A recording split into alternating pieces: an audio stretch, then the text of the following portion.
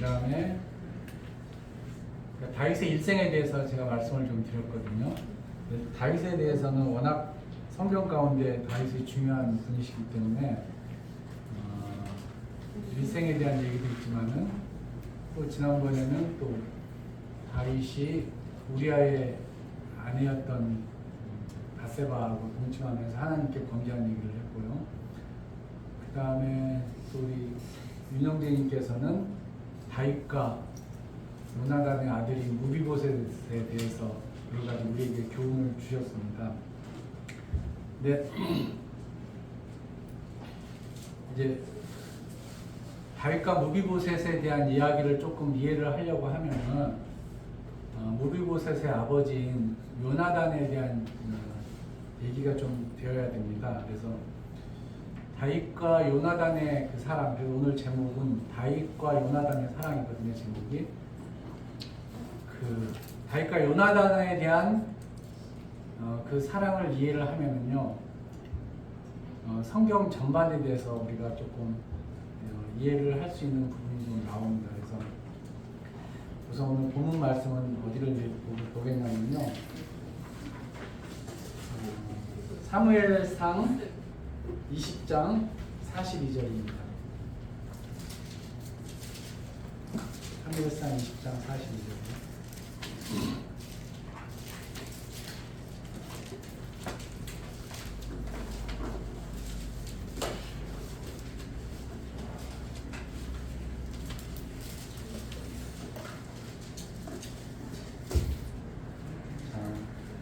이게 이제 요나단하고 다윗의 맹세거든요. 이게 마지막 헤어지면서 하는 맹세인데 한번 제가 읽어보겠습니다. 요나단이 다윗에게 이르되 평안히 가라. 우리 두 사람이 여호와의 이름으로 맹세하여 이르기를 여호와께서 영원히 나와 너 사이에 계시고 내 자손과 네 자손 사이에 계시리라 하였느니라 하니 다윗은 일어나 떠나고 요나단은 성읍으로 들어가니라.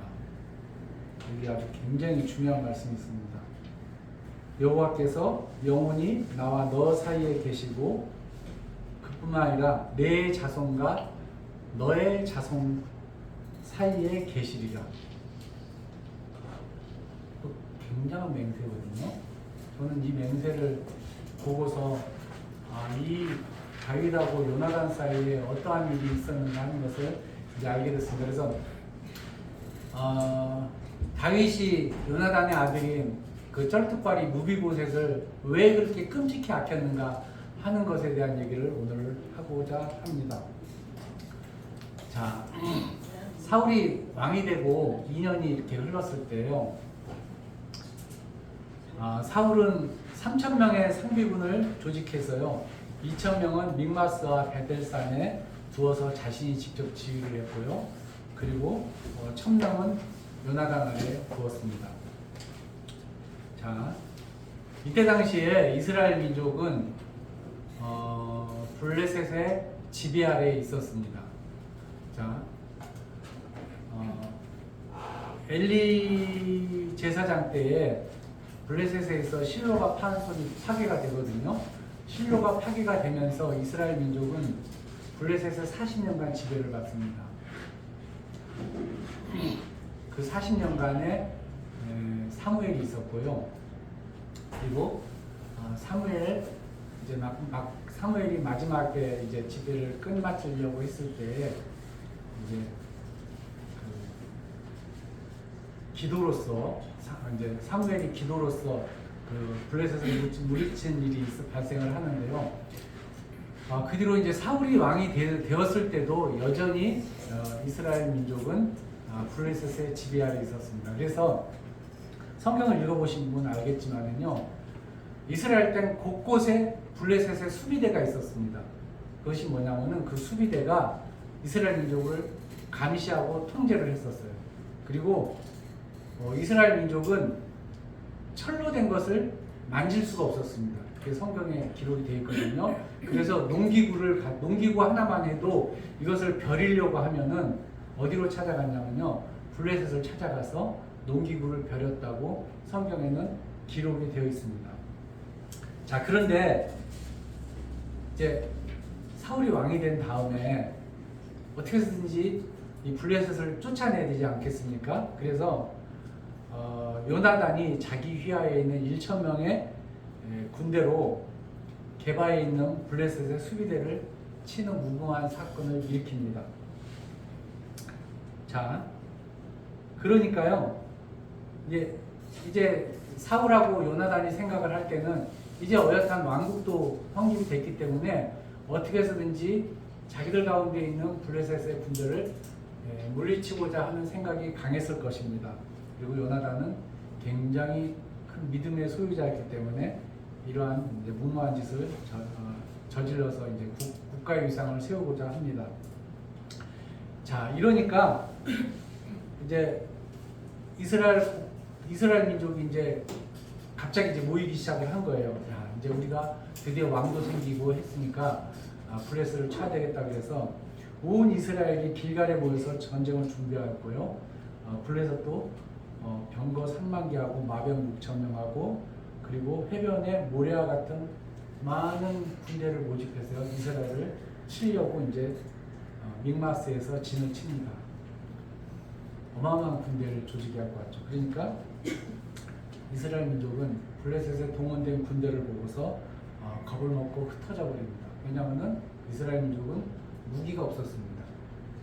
아까도 얘기를 했지만은 블레셋 사람들이 용기구마저도 벼리는 것을 통제를 했기 때문에요. 그래서 블레셋 군대가 이렇게 뭉쳐 있는 것을 보고 전쟁을 위해서 모인 것을 보고서 이제 겁을 먹고 흩어져 버리죠. 그래서 모인 백성들도 우왕좌왕하고 그리고 사무엘도 전쟁을 위해서 번제를 드리러 와야 되는데 오지 않았다고 우리가 지난번에 한번 말씀을 드렸던 것이 기억이 납니다. 그래서 사울이 다급한 마음에 백성들의 그러니까 군사들을 붙잡고서 스스로 번제를 드려서 율법을 어기는 사건이 이때 당시에 발생하는 사건입니다. 그리고 사무엘마저 사울을 책망하고 떠나니까 사울 곁에는 겨우 600명만 남는 그러한 일이 발생을 하게 됩니다. 자, 이랬을 때 요나단이 들고 일어나죠. 그래서 요나단이 병기든 자를 데리고 가서 단신으로 블레셋 진영으로 들어가서 20명의 적군을 죽이고 이스라엘의 사기를 높이는 그러한 일이 발생을 합니다. 그때 요나단이 뭐라고 얘기를 하냐면요, 이렇게 얘기해요. 우리가 이 한없는 자들의 부대에게로 건너가자 여호와께서 우리를 위하여 일하실까 하노라. 여호와의 구원은 사람이 많고 적음에 달리지 아니하느니라. 이런 얘기를 하죠. 누가 얘기한 거죠? 한 20년 뒤에 이제 다윗이 나오는데 그때 다윗이 골리앗을 죽을 때도 똑같은 얘기를 해요. 이런 얘기를 하죠. 너는 칼과 창과 단창으로 내게 오거냐? 나는 만군의 여호와의 이름 곧 네가 모욕하는 이스라엘의 군대의 하나님의 이름으로 네게 가노라.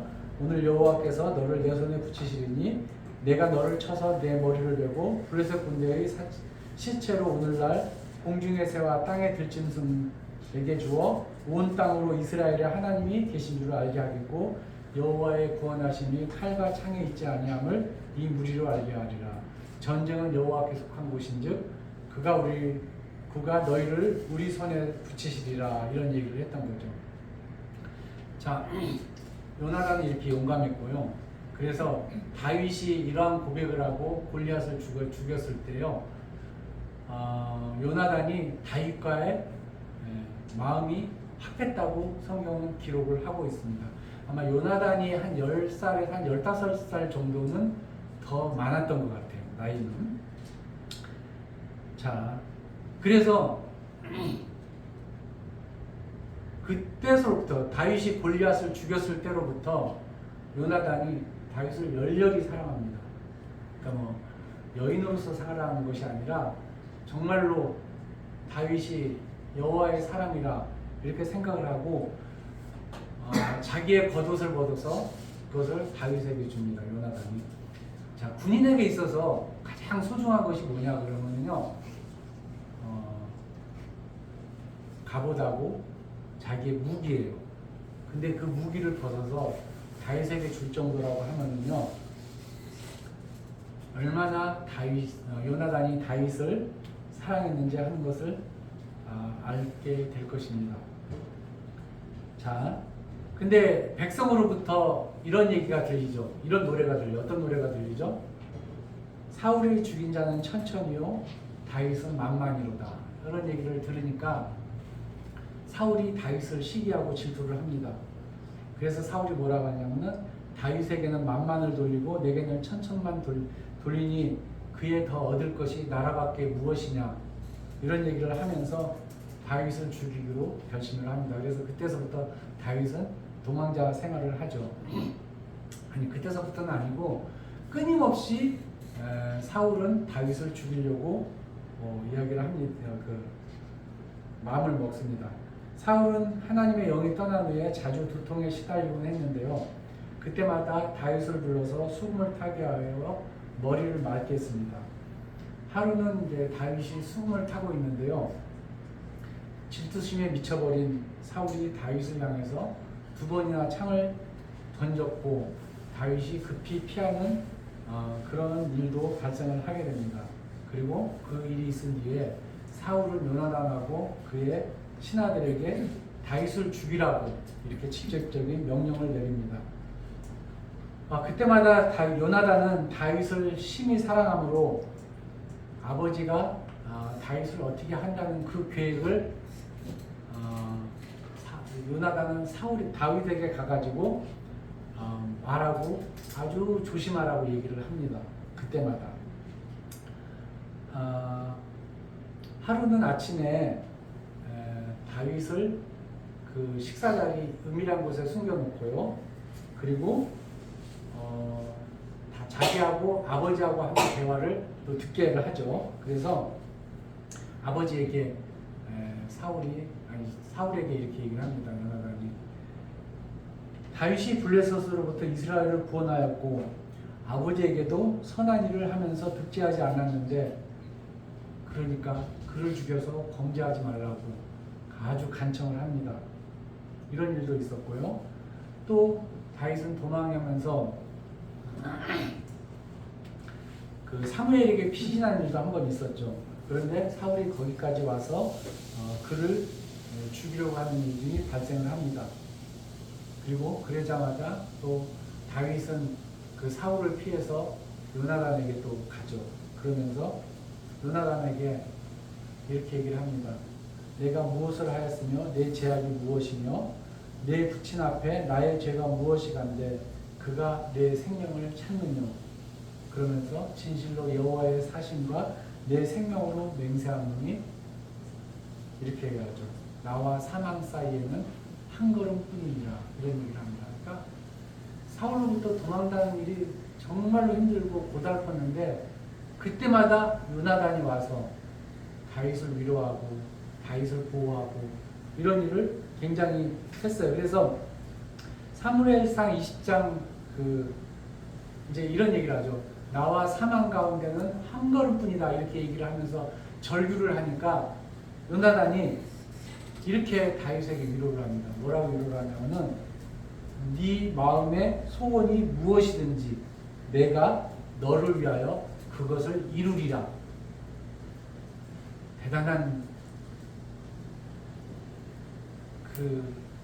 대단한 약속 아니에요? 저는 이렇게 이제 성경에 있는 이 말씀들을 읽을 때마다 요나단이 다윗을 얼마나 아끼고 얼마나 사랑했는지, 그리고 그 아버지하고 상관없이 다윗을 얼마나 위했는지 하는 것을 보고서 마음이 굉장히 뭉클해졌습니다. 자, 이건 정말로 대단한 맹세예요. 왜냐하면 요나단은 왕위 계승 서열 1위입니다. 그럼에도 불구하고 하나님의 뜻을 쫓아서 다윗에게 기꺼이 그 자리를 내어주려고까지 했던 것입니다. 그리고 그 뒤에 그가 한 행동들을 보면요, 다윗에게 한 이 말은 정말로 진심이었습니다. 그는 하나님이 자기 부친과 함께 하신 것 같이 다윗에게도 함께 하시기를 원하노라고 하면서 이렇게 얘기를 합니다. 사무엘상 20장 14절에서 그 앞에 보면요, 이렇게 얘기를 하죠. 14장 15절에 이렇게 얘기합니다. 이렇게 요나단이 얘기를 합니다. 너는 내가 사는 날 동안에 여호와의 인자하심을 내게 베풀어서 나를 죽지 않게 할 뿐 아니라 여호와께서 너 다윗의 대적들을 지면에서 다 끊어버리신 때에도 너는 네 인자함을 내 집에서 영원히 끊어버리지 말라. 이런 얘기를 합니다. 무슨 얘기예요? 다윗이 왕이 될 거라는 걸 알고 있었어요. 요나단이. 그렇기 때문에 다윗이 자기 원수가 누구냐면요, 사울이에요. 블레셋이 아닙니다. 왜냐하면 사울이 다윗을 죽이려고 했기 때문에 다윗의 원수도 역시 사울이었습니다. 이 정도로 했는데도 이렇게 했죠. 그러면서 결국은 하나님이 다윗을 왕으로 세울 것이라는 걸 요나단은 알고 있었어요. 그것이 하나님의 뜻이라는 걸 알고 있었기 때문에요. 여호와의 인자하심을 베풀어서요.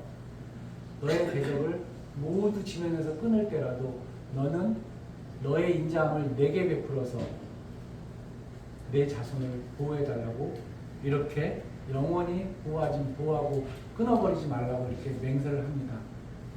그러면서 16장에 이렇게 얘기를 합니다.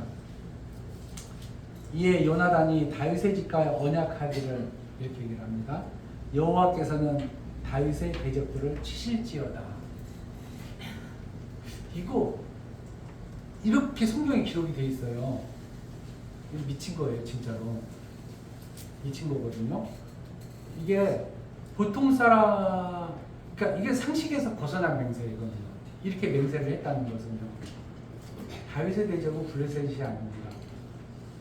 블레셋은 이스라엘의 대적이에요. 블레셋은 다윗의 대적이 아니라 이스라엘의 대적이에요. 근데 여기서 뭐라고 말하냐면은 다윗의 대적을 치실지어다고 얘기를 합니다. 아버지를 치라는 거예요. 여호와께서. 자, 나중에 이런 일이 발생해요. 나중에 어떤 일이 발생하냐면요. 요나단이 길보아 산에서 블레셋과 싸우다가는 그 형제 아버지하고 그리고 형제 말기수하고 이렇게 또 형제들하고 같이 죽죠. 죽게 됐을 때 다윗이 요나단에 대해서 정말로 슬퍼하면서 이렇게 얘기를 합니다. 내 형 요나단이여, 내가 그대를 애통하면 그대는 내게 심히 아름다움이라. 그대가 나를 사랑함이 기이하여 여인의 사랑보다 승하도다. 이 말은 결코 다윗이 허투루 한 말이 아닙니다. 요나단이 먼저 다윗에게, 이거는 성도님들 어떻게 생각할지 모르겠지만은 이거는 여인의 사랑보다 더 승하고요, 부모 자식 간의 사랑보다도 더 위대한 사랑입니다. 요나단은요, 하나님의 뜻이 어디 있는지를 알았어요. 그리고 요나단은 사울보다도 훨씬 훌륭한, 만약에 다윗이 없었다 그러면요, 요나단은 사울의 뒤를 이어서 훨씬 훌륭한 왕이 되었을 거예요. 왜냐하면은 그가 젊었을 때는요, 단신으로 블레셋에 들어가고요, 한 번에 20명이나 되는 그 블레셋 군인들을 죽일 정도로 이 사람은 신앙에도 투철했고요, 그리고 굉장히 담대했던 사람입니다. 다윗은 골리앗을 죽였지만은요, 요나단은 숫자로 하면은 더 많은 사람을 죽였던, 정말로 요나단이 왕이 되었다 그러면은 이스라엘 가운데 정말로 훌륭한 왕이 되었을 것입니다. 그럼에도 불구하고 하나님의 뜻을 그는 정확히 알고 있었기 때문에요, 그 자리를 기꺼이 다윗에게 물려줍니다. 자, 보세요. 아까 말했듯이 너는 나의 사는 날 동안에 여호와의 인자를 내게 베풀어서 나로 죽지 않게 할 뿐만 아니라 여호와께서 너 다윗의 대적들을 지면에서 다 끊어버리신 때에도 너는 내 인자를 내 집에서 영원히 끊지 말라 하고서 그 다음에 하신 말이 뭐냐면, 아까도 16장에 읽었듯이 여호와께서 다윗의 대적들을 치실지어다 이렇게 얘기를 합니다. 그러니까 정말로 대단한, 저는 이것을 읽으면서 어떻게 사람이 이럴 수 있을까? 다윗이 평생 하나님을 경외하고 자만하지 않으며 설령 죄를 지었을지라도 금방 자신을 돌아보면서 그 죄악된 길에서 돌아설 수 있었던 것은 이처럼 기꺼이 왕위를 내어주고 사라졌던 그 요나단의 깊은 사랑 때문이 아니었을까 하는 그런 생각을 합니다. 자, 이런 가운데에서 이제 요나단은 다윗을 위하여 그리고 아버지를 위해서 다시 한번 두 사람을 화해시키고자 마지막으로 이야기를 합니다. 그래서 월삭이 되어서 사울과 요나단과 군대장관 아브넬과 다윗이 함께 식사하기로 모였을 때 다윗에게는 참석하지 말라. 그리고 좀 멀리 떨어져서 숨어 있으라고 얘기를 합니다. 그리고 사울이 그런 얘기를 하죠. 왜 다윗은 오지 않았어 이 자리에? 월삭 때 오지 않느냐. 그러니까 요나단이 내가 미리 다윗을 고향 베들레헴에게 보내서 그 가족의 중요한 제사 자리에 참석하라고 시켰다고 거짓말을 합니다. 그러면서 그러니까 이제 이렇게 얘기를 하죠. 20장 32절을 1절에 보면 이렇게 하죠.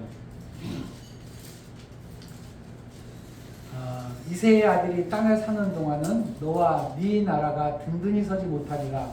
그런즉 이제 사람을 보며 그를 내게로 끌어오라. 그는 죽어야 할 자니라. 이렇게 얘기를 합니다. 그러니까 요나단이 이렇게 하겠죠. 그 뒤에 보면 다윗이 무슨 일을 했기에 그를 죽여야 하냐고 대들었고 분노한 사울은 그 아들을 향해 창을 던져버립니다. 아들도 죽여버리겠다는 거예요. 아버지 입장에서는 아버지의 적을 싸고 도는 아들이 죽이고 싶을 만큼 미웠을 것입니다. 이 세상 어떤 아비가 아버지의 적을 싸고 돌면서 뜻에 따르지 않는 그 자식에게 분노하지 않겠습니까? 자, 이제 그러면서 마지막으로 이제 그가 다윗을 만나가지고서 아버지의 뜻을 알려고 멀리 도망가라고 이야기를 합니다. 성경은 그 당시에 절절한 상황을 이렇게 기록하고 있습니다. 20장 41절에 한번 볼까요? 아이가 가매 다윗이 곧 바위 남쪽에서 일어나서 땅에 엎드려 3번 절한 후에 서로 입맞추고 같이 울되 다윗이 더욱 심하더니 요나단이 다윗에게 이르되 평안히 가라. 우리 두 사람이 여호와의 이름으로 맹세하이르기를 여호와께서 영원히 나와 너 사이에 계시고 내 자손과 네 자손 사이에 계시리라 하였느니라 하면서 다윗은 떠나가고 요나단은 성읍으로 돌아갑니다. 자, 성경은 다윗을 계속 쫓아갔기 때문에 요나단이 성에서 어떤 일을 했는지는 기록하지 않았습니다. 그렇지만은 아마도 요나단은 계속 아버지에게 얘기를 하면서 다윗을 쫓지 말라고 아마 그런 얘기를 했을 것입니다. 그리고 다윗이 도망 다닐 때에 또 한 번 요나단은 몰래 그를 찾아옵니다. 항무지 숯불에 들어가 도망다니다 지치고 힘든 그에게 찾아왔어요. 두려워 말라. 내 붙인 사울의 손이 네게 미치지 못할 것이요. 이런 얘기를 합니다. 너는 이스라엘의 왕이 되고, 성경에 그렇게 되어 있습니다. 너는 이스라엘의 왕이 되고 나는 네 다음에 될 것을 내붙인 사울도 안다. 이렇게 얘기를 합니다. 그리고 힘있게 하나님을 의지하라고 얘기를 합니다. 그는 흥하여야 하겠고 나는 쇠하여야 하리라 하는 그 말씀이 한번 생각이 나죠. 요한복음에 세례 요한이 예수님에 대해서 이렇게 얘기를 하죠. 그는 흥하여야 하고 나는 쇠하여야 하리라 이런 얘기를 하는데요. 이게 똑같아요. 요나단이 다윗에게 그는 흥하여야 하고 나는 쇠하여야 하리라. 왜냐하면 다윗이 나보다 더 훌륭하고 더 이스라엘을 이끌고 가기에는 더 뛰어난 사람이기 때문에 그에게 이렇게 얘기를 합니다. 우리 찬송가에 보면 이런 찬송가가 있습니다. 복음성가죠. 요나단에 대해서 이렇게 얘기를 하고 있습니다. 주의 약속이 아득하여도 나의 자리를 힘써 지키리. 주의 마음에 합한 자 되어 그 길 기꺼이 나 걷게 하소서. 주의 계획은 성실하시니 나의 고백을 온전케 하네. 주의 나라가 세워짐을 바라며 모든 것을 기꺼이 주께 드리네. 내 맘 아시는 주님, 힘겹게 비워낸 바람들을 다 내려놓고 주의 위로 전하며 그 신실하신 바라보리.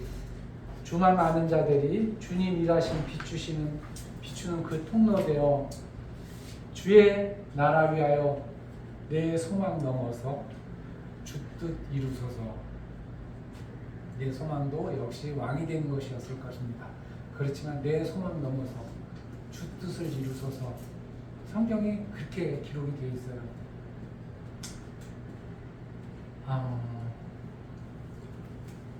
요나단이 그런 얘기를 했죠. 다윗이 왕이 되고 그 다음 내가 왕이 되겠다. 근데요, 그건 말도 안 되는 얘기입니다.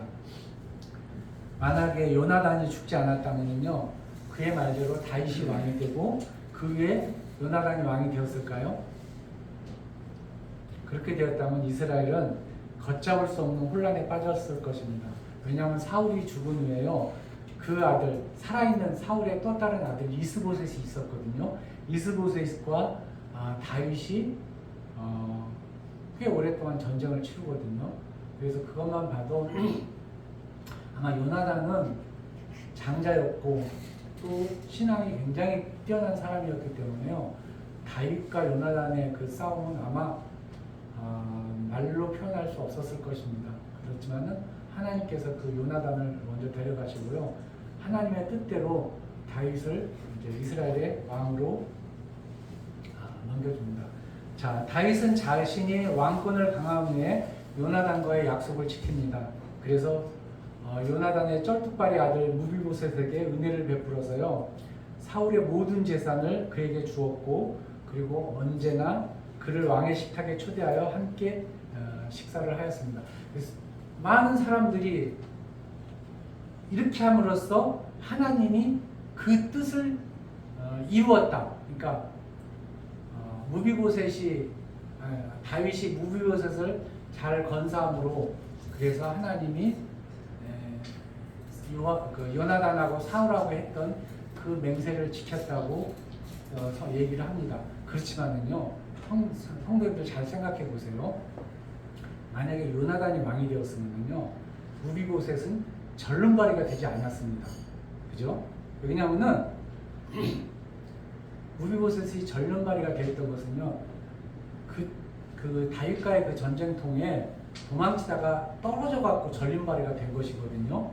그렇기 때문에 절름발이 무비보셋을 돌보았기 때문에 하나님이 또는 다윗이 요나단과의 약속을 지켰다? 아닙니다. 하나님의 뜻은, 하나님께서 이루어 주신 것은 이보다 더 큰 뜻이 있었어요. 자, 한번 그거를 보겠습니다. 다윗과 요나단의 사랑과 맹세는 그 후손을 통해서 계속적으로 이어집니다. 자, 다윗 다음에 누가 왕이 되죠? 솔로몬이 왕이 되죠. 솔로몬 다음에 누가 왕이 되죠? 르호보암이 왕이 됩니다. 자, 이제 르호보암이 왕이 됐을 때요,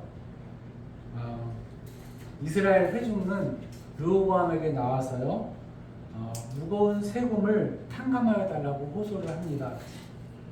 그럴 때 백성의 원로들은 르호보암에게 뭐라고 얘기를 하냐면요, 백성의 종이 되소서.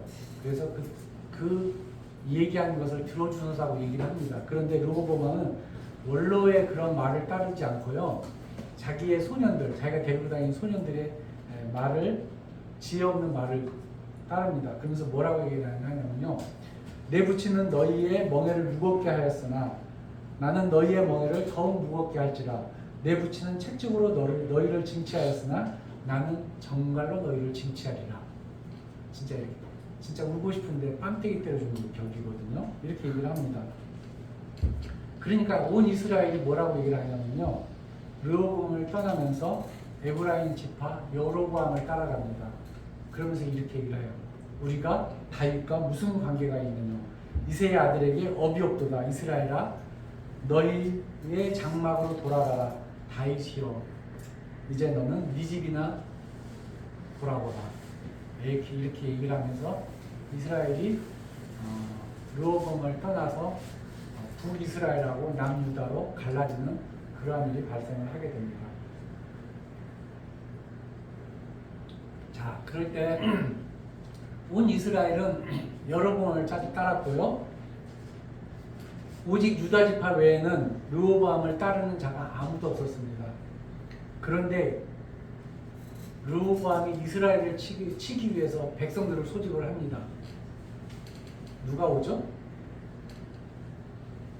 유다와 베냐민 지파에서 18만 명이 이에 응합니다.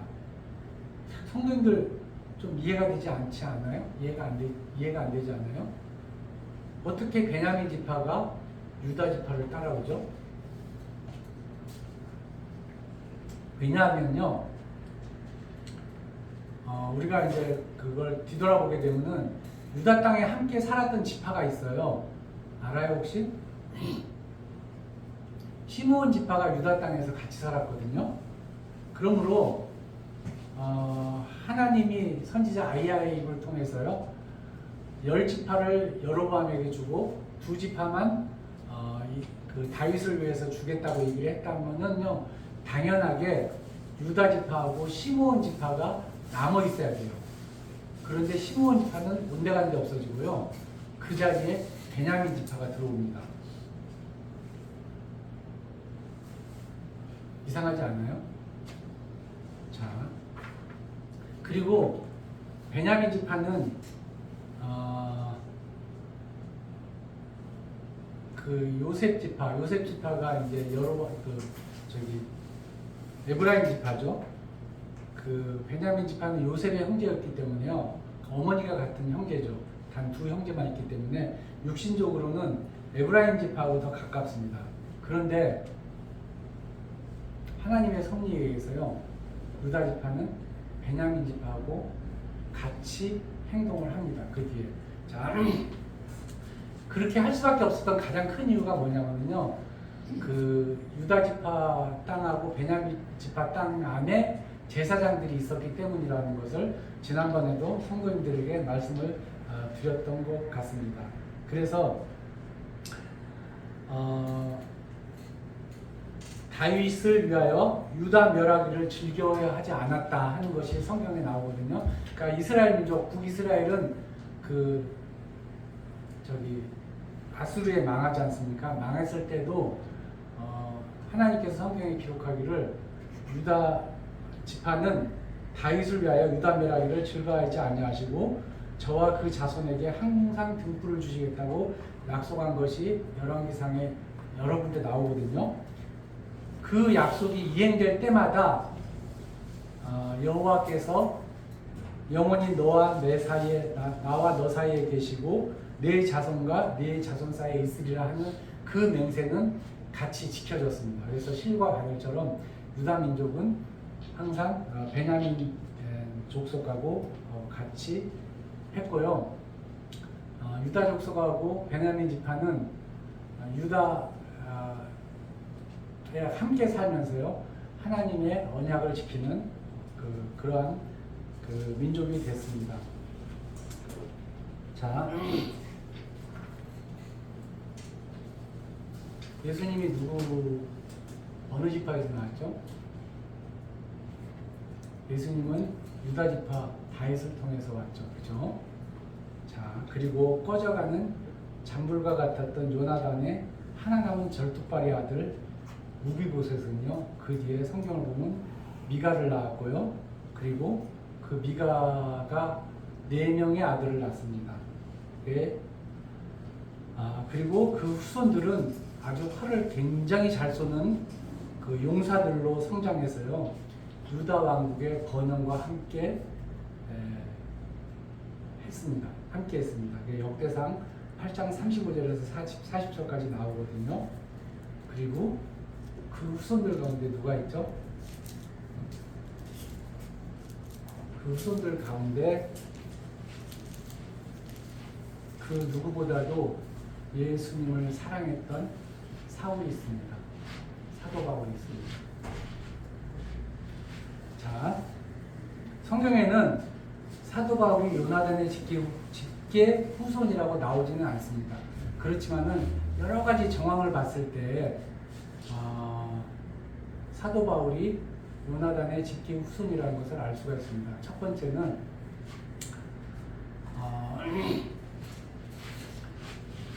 이스라엘 민족 가운데 사울이라는 이름을 쓰는 사람은 없습니다. 사울한 이후에 찾기가 굉장히 힘든데 그것은 뭐냐면요, 실패한 왕이기 때문에 그렇거든요.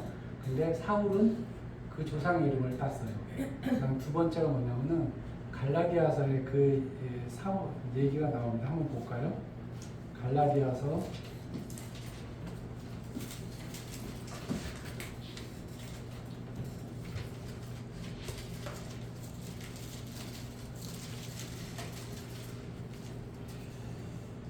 1장 15절이요.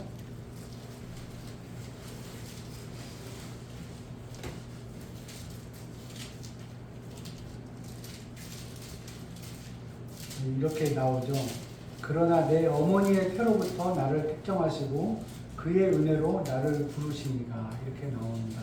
그러니까 사도 바울은 이미 그 어머니의 태에 있을 때부터 복음을 전하는 것을, 예수 그리스도를 전하는 것을 이미 택정했다고 기록이 되어 있습니다. 성경에. 성경에 이렇게 기록이 되어 있으니까 이건 맞거든요. 자, 그래서 그가 사울이란 이름으로 불렸을 때 마치 다윗을 대적했던 사울왕처럼 무섭게 예수님을 대적했습니다. 그러나 그는 그 어머니 태로부터, 아니 다윗과 요나단의 맹세로 인해서 이미 예수 그리스도의 사람으로 택정된 사람이었습니다.